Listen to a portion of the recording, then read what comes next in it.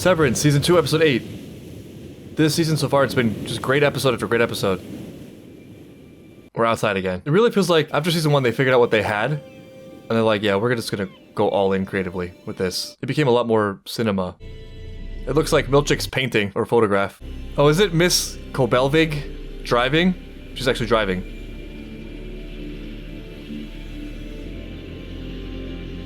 Damn, what was the name of the town she was going to? Or thinking about going to? Salt's Neck, there it is. What's in Salt's Neck? Is this gonna be Harmony Cobelvig Origins?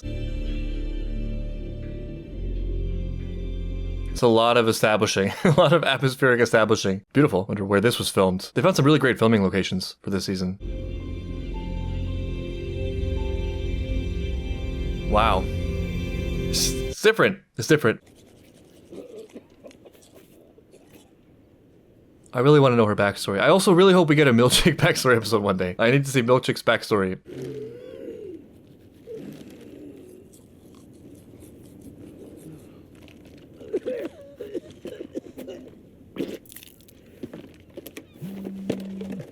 That was rude. Just coming to Salt's Neck and litter all over the place. Just ignoring this dude who's dying. I don't know what to make of it exactly, but there's a lot in the show about hygiene. You have all the sterile white walls, and I think if I remember correctly, there's some things in the Kieran corpus about cleanliness. You have Milchick, who's very neat, very, very detail-oriented, would never misplace a paperclip. Now you have Cobelvig brushing her teeth in the slums. That's a reach, but that too could fit into the whole severancing ourselves from nature thing, from the base lowly states of our humanity. Remove the natural elements and all of its reminders. How the fuck do you flip a 2-ton snowplow? The stupidity. An apple don't fall far from the gutter. Oh, that's kind of you. What are we doing? The drugs? Lumen would never come looking for her here. They wouldn't be caught dead in a place like this.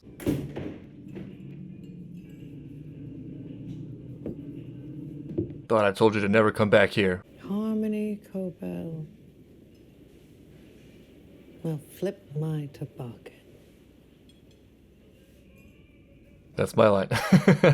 You want coffee?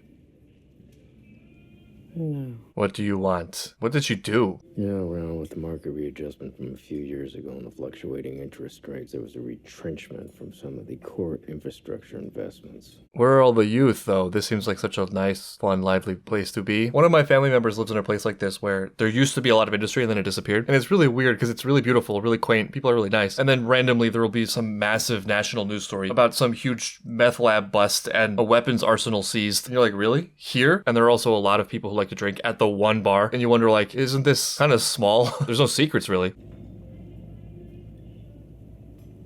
Why does she make them so uncomfortable? I need a favor. Of course you do. It's a lot to ask. Meet me at the factory. No one will be there. We can have some privacy. Those damn interest rates. Interest rates strike again. It's about time we had some action around this place. We're back. No more sleepy days at the Drippy Pot Coffee Cafe. It's like the most unlikely getting the gang back together assembly with Harmony Cobel as the leader. Harmony Cobel is the George Clooney of this story. Give me that candy. Play with my mind. Man, I wonder if this episode will actually create tourism for this actual place. Things like that happen.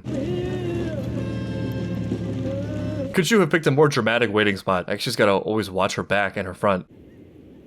Oh, it's Lumen. That makes sense.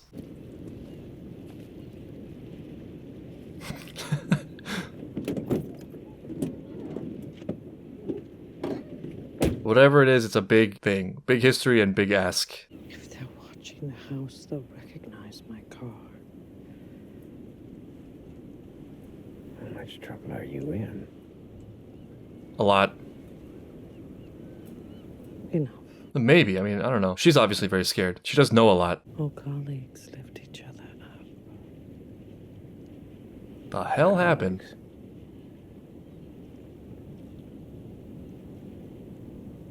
Child fucking labor.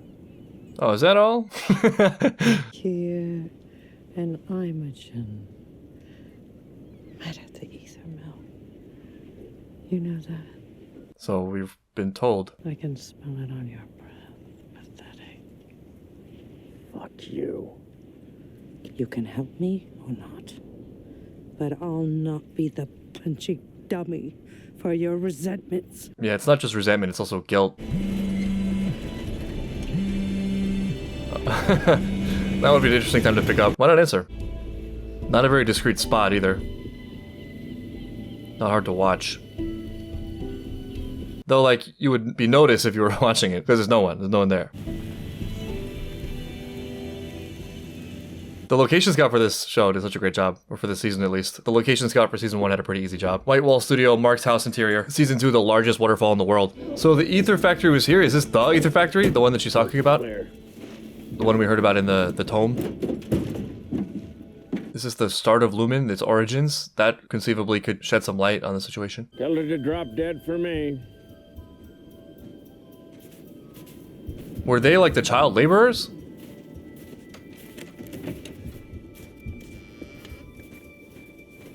Just looks Lumen. Welcome here. The Nesk. This is trespass. It'll take the cops 4 hours to get here, All so the authorities. go ahead. I do not want that puff peddler on my property. You gave him his thirst for it. You got liar's mouth. I guess that's how he makes his money. And that's the coughing up of the lung we saw early You on. want to come down here and tell me what this is all about? So it's her childhood home. Maybe it's a dorm room. Maybe they got them really young. Has anyone been here? No one comes here. Or telephoned?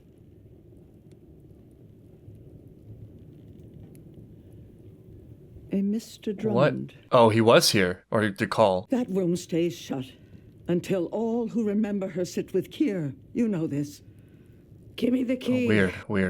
Wait. Why do you bring nothing but woe into my life? Now it is you who cursed this house with woe. They just all talk like this. What were they? She said nothing after you pulled the tube from her gullet. Jesus. A lot of darkness in this house, but it feels like they're carrying someone else's mistakes. I don't know what the deal is yet, but it's just so clear. It comes across that they have so much of a common understanding already and are just sort of avatars for their different methods of coping with a similar trauma. One left, one stayed, for example. If only she had been a believer.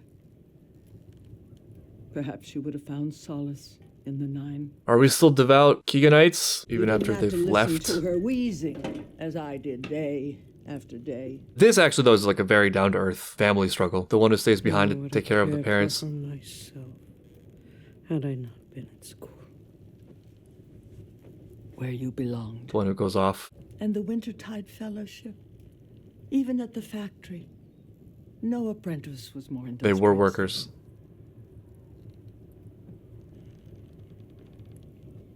Such a disappointment you've proven to be. And she brought it all the way down, gave her whole life to it. This is a very difficult one and something that I struggle with because in some situations it feels like there's a choice between staying behind and living in service, being close, versus just going off and living your life. I think this comes up a lot for me because I live abroad. I frequently wonder if I'm not making some huge mistake being away from my parents so much of the time. But maybe it's just one of those things you have to accept where you can't be everywhere at once and do everything at once, and that's okay. And I think, at least when it comes to people who really care about you and want the best for you, the extent to which you are suffering to do something because you are assuming someone else wants that, or because you think you'd be a terrible person if you didn't do those things, not out of some actual like real calling and like real heartfelt decision, is the same extent to which the very people you're trying to help might feel disappointed and wouldn't necessarily ask that for you or want that from you. What they would want for you to do is like live your life in the best way that you can. To give Harmony the benefit of the doubt, which also seems like a reasonable assumption, she probably thought like going off to school and leaving her family was the best thing she could have done. Maybe even for them. If you come from a community with this sort of focus, what greater honor and eventual assistance will there be for your family than to rise up the ranks of that system? Which brings me to the mistake in this, which is also very common even outside of this kind of cult-like thing, where you never come to really question the intentions of the institutions that you're in. When there's often a disconnect, like there are some things where maximum participation is the target from the institution, and maybe that amount of participation actually is a great thing and produces great things and is a benefit for the overall group, yet it doesn't guarantee anything or any amount of success in the way that it's imagined for any individual in particular. Sort of like how your body needs a full system of cells, but it doesn't need any one cell in particular. Education in general may be a great example of this because it's not going to be the best use of time or resources for everyone. In fact, the way education is practiced, it's probably going to make some people's lives worse but the net is probably good. If everyone participates, you get some diamonds that rise up that produce outsized returns to compensate on an overall level for the loss. But the individual has to bear the brunt of that loss. One thing I've been curious about in this show is exactly what's what. Lumen is very corporate. How much of Lugen now is actually backed by Kier Egan stuff versus how much of it is maybe using the name, but actually is really just, a corporate structure. If there is enough of a distinct thing in Eganism or whatever itself, as opposed to Lumen, there's actually a very interesting path for Harmony Cobel to like continue to pursue that and become something like an avatar for like the original vision of it in opposition to Lumen. What did Drummond tell you?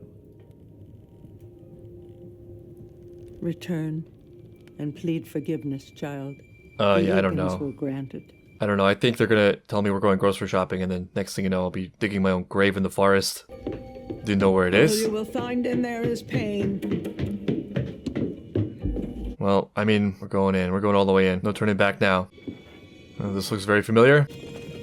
Where is it?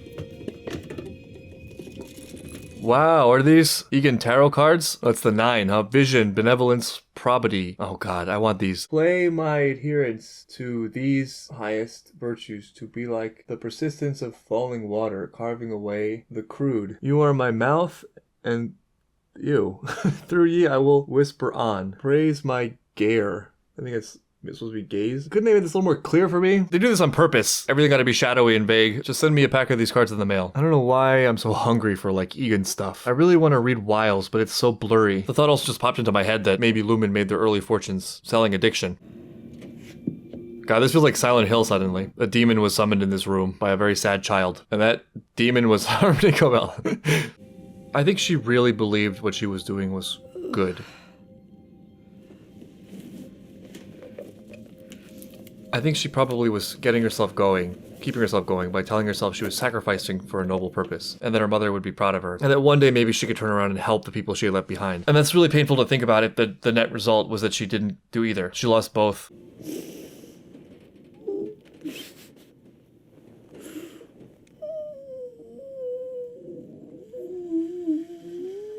It's been a long time coming. It's horrible.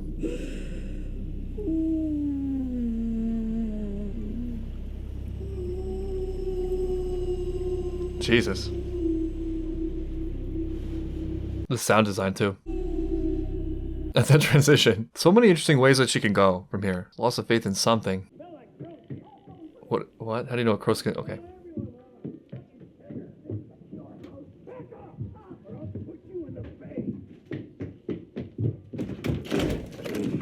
So is she not liked because she's the last holdout? Did you see something? No, but it's cold as shit in the truck, and I gotta get back. Oh, he's just been waiting outside patiently. I liked her. You barely knew her.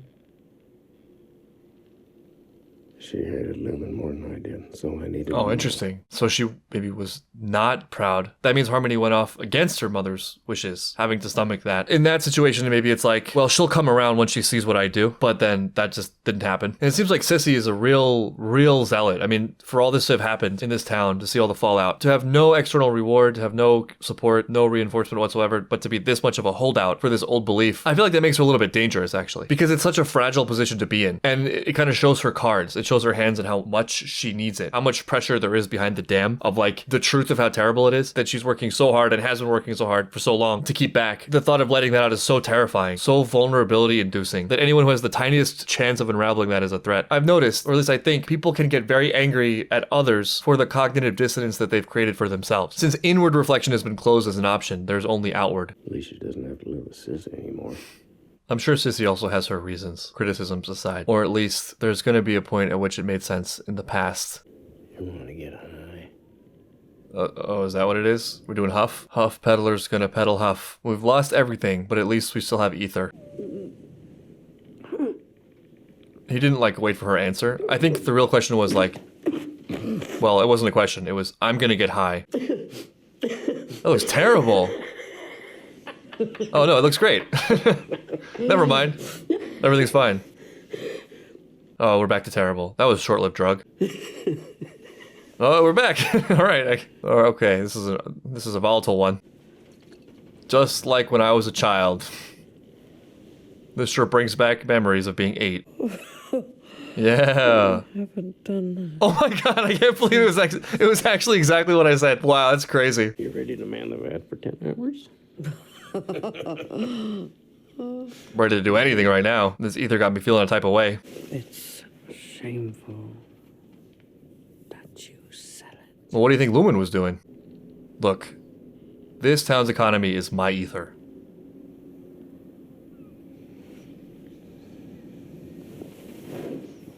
I was wondering if they were gonna kiss. They either really do got them feeling some kind of way. It felt like it was going that way, but I'm like, nah, surely they wouldn't. Well, then they did. I don't think it's here. What? What? We still haven't... What you're looking for. Oh, it's a metaphor. You're not gonna find salvation here, but maybe you will find some answers. She wouldn't throw it away. And that ether really hit the spot, huh? It also seems not that great as a drug.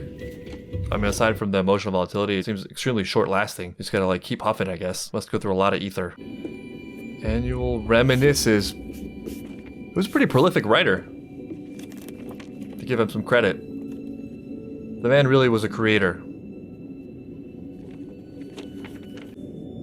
Oh, it's a yearbook.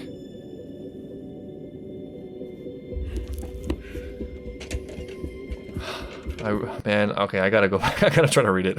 Why do they keep doing this to me? Just linger for a second more. Oh, it's so dark. Basically just says she received an award from James Egan due to her outstanding academic achievements, yada yada. We found it.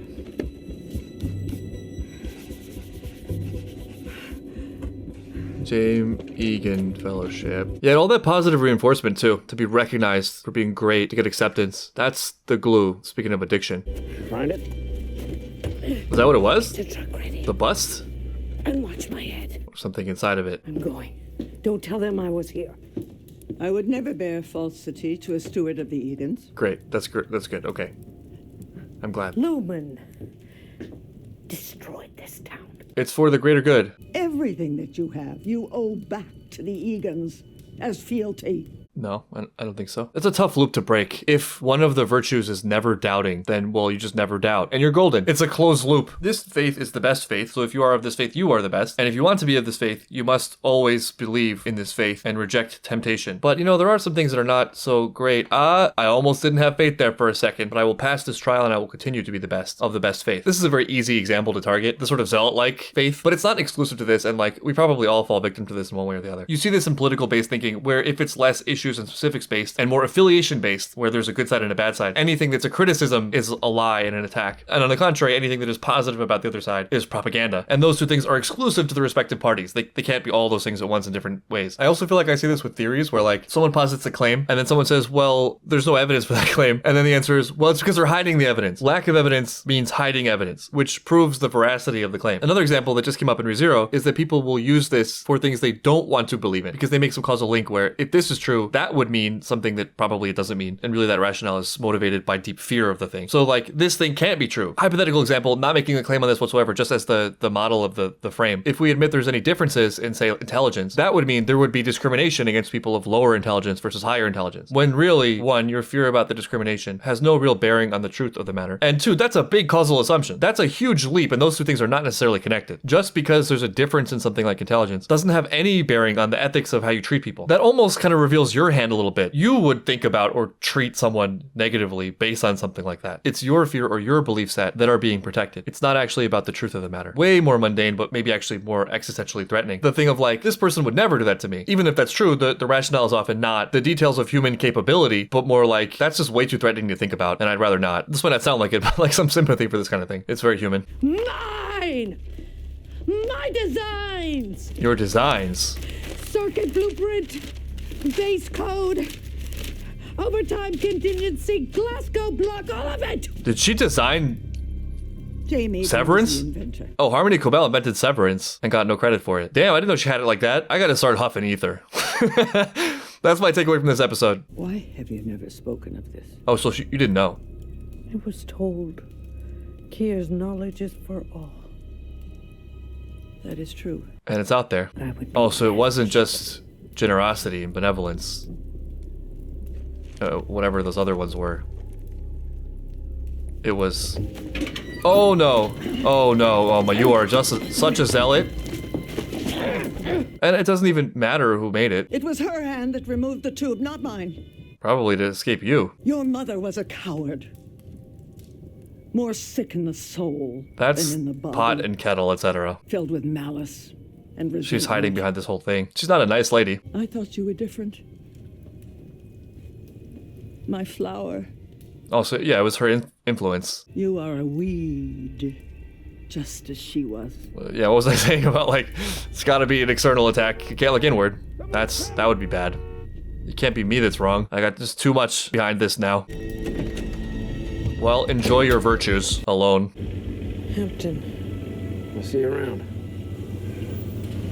Just gave her his car? Oh, well, he's Gandalfing her. You shall not pass. Oh no, she's a liability though.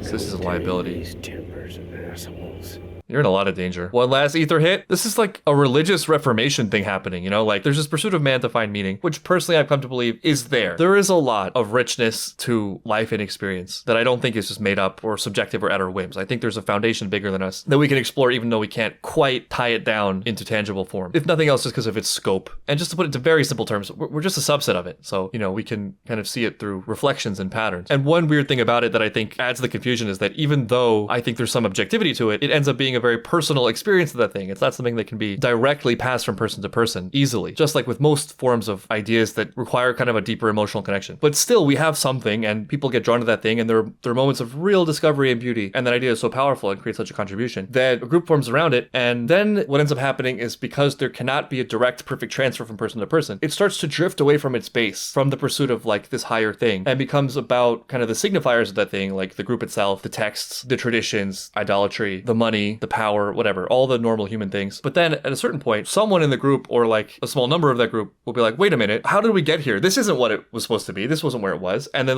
there'll be a reformation and it'll branch, and there'll be some new movement, and then that'll kind of run the same course, and then that'll branch. And I think sometimes what happens is people will so vehemently reject the thing because of all the things they see it isn't, only to then find the thing again in its opposite and see the thing again for the first time. I'm saying this because I'm really curious to see if this is not somehow related to this path for Harmony Cobel, who clearly is losing faith in the current company and the past company, it seems. But she still has a vision, right? She still has in her the original feeling and connection she had to this thing she's been working on, and, you know, some vague, or maybe for her clearly defined vision of service or something like that. It's in her. There's a compulsion. There is a higher feeling in there somewhere, as imperfect as it might be. What does it look like for her to pursue that very thing while also being in opposition to current Lumen? Now we're gonna pick up. This would be a very dramatic time to pick up. Where's this cell? Thank fuck, I've been trying to reach you. I got Mark. Yes, I'm aware. I was ignoring you deliberately. So listen, Mark has been reintegrating? Wow, that's a doozy. And she hasn't killed him yet? No. Okay, I mean, think he's okay. with you on that one. Tell me everything. Miss Cobel, an unlikely ally, but an interesting one, because she knows a lot. It's like end of episode rock solo, back in business. The gang's getting back together. Friends have become enemies, maybe. We gotta know what her ultimate goal was. If we strip away the service to the company, to the cult or whatever, what's left? What was underscoring that made her so passionate? It's clearly not just the group. And now it's definitely not. We can do both. Like, we can actually take down Lumen completely and do the work. Thank you, mysterious Huff Peddler, for allowing us this moment of insight and glory and purpose.